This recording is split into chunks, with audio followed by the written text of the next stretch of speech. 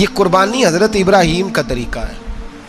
حضور نے اگرچہ نبی پاک کی اپنی سنت تھی، یہ بھی کہہ سکتے تھے سنتی و سنت ابیکم ابراہیم، میری سنت ہے اور تمہارے باپ ابراہیم کی سنت ہے. یہ نہیں فرمایا. جب صحابہ نے کہا قربانی کیا ہے، فرمایا سنت ابیکم ابراہیم، یہ تمہارے باپ ابراہیم کی سنت ہے. ہر صاحب نصاب پر قربانی واجب ہے.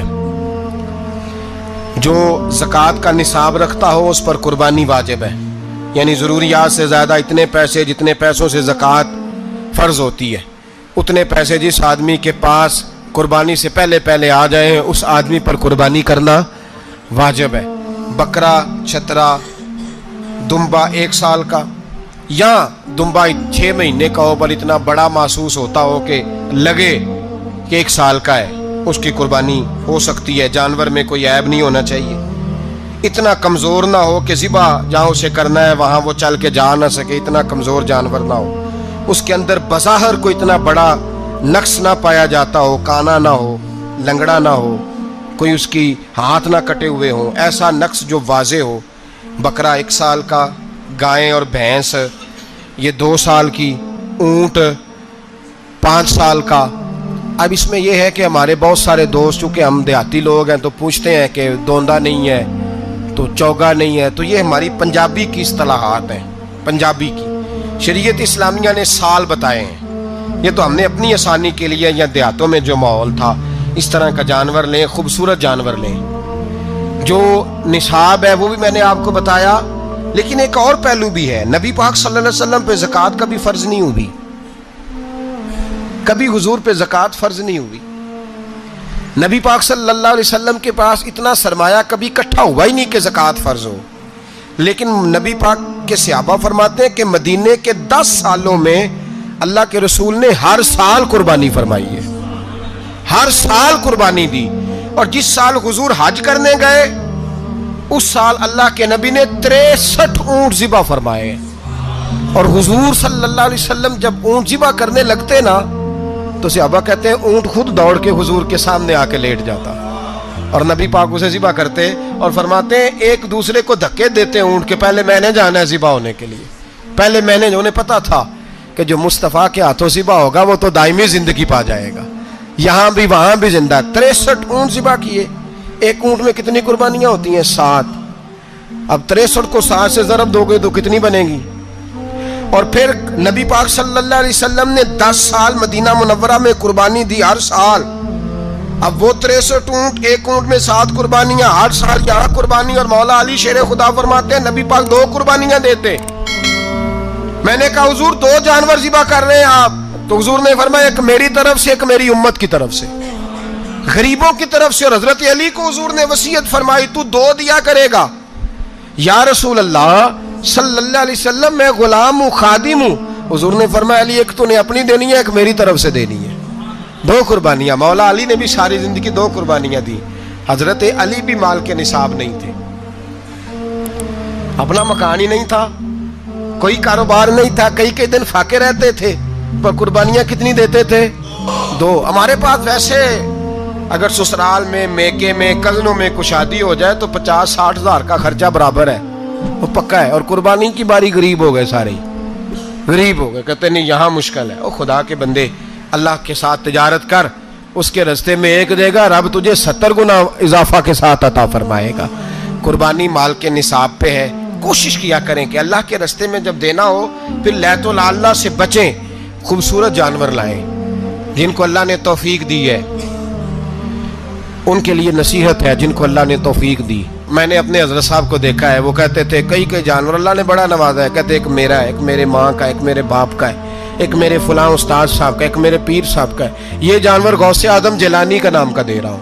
اور پھر ایک بڑا خوبصورت جانور بندھا ہوتا اور حضرت خود ان کو چارہ ڈال رہے ہوتے. تو حضور یہ کیا ہے؟ فرمانے لگے یہ میں رسول اللہ کے نام پہ قربان کروں گا، یہ نبی پاک کے نام پر قربان کیا جائے گا. جن کو اللہ نے حیثیت دی ہے وہ کوشش کریں اپنے محبوب کی طرف سے بھی قربانی کریں، نبی پاک کے نام کی قربانی دے. خوبصورت سا جانور پیارا، پھر اس کی خدمت ہو، پھر اس کی قربانی دی جائے اور نبی پاک کے نام پر قربانی دی جائے. حضور نے خود وصیت فرمائی حضرت ابو بکر صدیق کو، قربانی بڑا حسین عمل ہے. اور میرے نبی پاک صلی اللہ علیہ وسلم نے ناراضگی بھی فرمائی ذرا خوگر حمد سے تھوڑا سا گلا بھی سن لے. میرے حبیب نے فرمایا جو طاقت کے باوجود قربانی نہ کرے وہ ہماری عیدگاہ میں عید کی نماز پڑھنے نہ آئے، وہ نہ آئے. اور یا رسول اللہ جو کرے گا، فرمایا قربانی کے جانور کا خون کا قطرہ بعد میں زمین پہ گرے گا، اللہ اس کے سارے گناہ پہلے معاف فرما دے گا، اللہ اس کے سارے گناہوں کو بخشے گا. قربانی کریں، خوبصورت انداز میں کریں، اللہ کی رضا کے لیے. بزرگوں نے لکھا ہے 3 حصے کرو گوشت کے، ایک گھر میں رکھو، ایک رشتہ داروں میں بانٹو، پڑوسیوں میں بانٹو، اور تیسرا فقط غریبوں کو دو. لیکن میں اکثر یہ سوچتا ہوں کہ ہمارے ہاں قربانی کرتا ہی وہ ہے جن کے گھر میں ہر جمعرات کو چھوٹا گوشت پکتا ہے، اور جن کے گھر میں ہفتے میں 3 دفعہ مرغی کا گوشت پکتا ہے، وہی تو قربانی دینے کے قابل ہوتے ہیں. تو وہ بھی اگر قربانی کے بکرے میں سے بھی تیسرا رکھنا چاہیں تو اجازت تو ہے، میں نے کہا سارا رکھنے کی بھی اجازت ہے. لیکن اگر آپ مہربانی کریں، کوشش کریں کہ یار ہم تو سارا سال ہی کھاتے ہیں، اور ہمارے یہاں جو گوشت تقسیم ہوتا ہے نا وہ بھی باری لگی ہوئی ہے. ادھر سے پلیٹ آئی تھی گوشت کی تو ادھر سے بھر کے چلی گئی. بھئی اس نے کی ہے، اس کو بار بار گوشت دینے کا کیا مطلب ہے؟ آپ یہ دیکھیں عزیزوں میں، رشتہ داروں میں، اور میں اگر تھوڑا سا آپ کی توجہ کرانے میں کامیاب ہو جاؤں تو سفید پوش لوگوں کو دیکھیں. کچھ سفید پوش ہیں، سفید پوش جن کے اوپر قرضے ہیں، بیماریوں نے جکڑ لیا ہے، گھر میں بڑے بڑے سخت مریض آ گئے ہیں. سفید پوش پہلے دیا کرتے تھے. آپ ان سے پوچھتے ہیں صاحب قربانی، تو بات کو ٹالتے ہیں. وہ کہتے ہیں سوچ رہا ہوں کوئی حصہ ڈال جائے. پردہ پوشی کرتے ہیں، کہتے ہیں کہیں حصہ رکھا ہوا ہے، پردہ پوش. اکثر وہ لوگ قربانی نہیں دے پاتے. اکثر دیا کرتے تھے، اب نہیں دے پا رہے. کیوں؟ اس لیے کہ مشکلات ایسی آ گئیں. ان لوگوں کا خیال کریں، ان کے گھروں تک گوشت پہنچا کے آئیں، ان پر توجہ کریں. وہ سفید پوش آدمی کبھی ذکر نہیں کرے گا. کچھ تو ایسے ہیں جو خود پہنچ جاتے ہیں کہ ہمیں گوشت دیا جائے، لیکن کچھ سفید پوش ہیں لا یسألون الناس الحافا. اللہ فرماتے کچھ لوگ لپٹ لپٹ کے سوال نہیں کرتے، سفید پوشی کا بھرم رکھتے ہیں، کا مزاج نہیں. ان کی طرف دیکھیں، اپنے رشتہ داروں کو دیکھیں، خاص کر ان رشتہ داروں کو دیکھیں جن کا آپ کو پتہ ہے کہ غریب ہیں، مجبور ہیں. ان کے گھروں میں گوشت بھیجیں. غریب بیٹیوں، غریب بہنوں کا خیال کریں، اس طرف متوجہ ہوں، ان کے ساتھ اس نے سلوک کریں، اس طرف آپ لوگ خیال کریں. اللہ تبارک و تعالی نے قرآن مجید میں نبی رحمت علیہ الصلاۃ والسلام سے فرمایا ہے کہ اے محبوب علیہ السلام، بے شک ہم نے آپ کو خیر کثیر عطا فرمائی ہے. انا اعطیناک الکوثر، محبوب ہم نے آپ کو خیر کثیر دے دی. اب آپ اس کے جواب میں یہ کریں کہ فصلی لربک، اپنے رب کے لیے نماز پڑھیں، وانحر اور قربانی کریں. نماز پڑھیں اور قربانی کریں. ان شانئک ھو الابتر، آپ کا جو دشمن ہے وہ بے نام و نشان رہے گا. آپ کا دشمن. قربانی شعار اسلام میں سے ہے. قربانی اللہ کو بڑی محبوب ہے. نبی رحمت علیہ السلام نے فرمایا 10 ذی الحج کو جو عمل اللہ کو سب سے زیادہ پسند ہے. ظاہر ہے 10 ذی الحج کو لوگ نماز بھی پڑھتے ہیں عید کی، اور فجر کی نماز بھی پڑھتے ہیں، ذکر بھی کرتے ہیں، عبادت بھی کرتے ہیں، بہت سارے کام کرتے ہیں. لیکن حضور علیہ السلام فرماتے ہیں کہ اللہ کو 10 ذی الحج کو جو کام سب سے زیادہ پسند ہے وہ خون بہانا ہے، جانور کو ذبح کرنا ہے. نبی پاک صلی اللہ علیہ وسلم نے اپنے غلاموں کی دلچسپی پیدا فرمائی ہے قربانی کے ساتھ، شوق اور ذوق کا ذکر فرمایا ہے. کچھ کام ایسے ہوتے ہیں جو کسی کی غیر موجودگی میں بھی ہو جاتے ہیں، لیکن نبی پاک صلی اللہ تعالیٰ علیہ وسلم نے حضرت فاطمہ الزہرا رضی اللہ تعالیٰ عنہ سے فرمایا کہ فاطمہ ادھر آؤ، یہاں میرے پاس کھڑی ہو جاؤ. یا رسول اللہ کیا ہونے لگا ہے؟ فرمایا میں تمہارے قربانی کے جانور کو ذبح کرنے لگا ہوں. قریب کھڑا کر کے حضرت فاطمہ کو حضور نے ذبح فرمایا. میں اکثر یہ بات آپ احباب سے عرض کرتا رہتا ہوں کہ نبی کریم علیہ السلام کے کاشانہ نور پہ 2 3 مہینے تک کھانا نہیں پکتا تھا، لیکن قربانیاں اللہ کے رسول ہر سال 2 دیا کرتے تھے. کھانا 2 مہینے نہیں پکا اور قربانیاں 2، اور 2 قربانیاں دے کے حضور فرماتے ایک میری طرف سے ہے، ایک میری امت کی طرف سے ہے. مولا کائنات شیر خدا حضرت علی المرتضیٰ رضی اللہ تعالیٰ عنہ، گھر میں فقر رہتا تھا،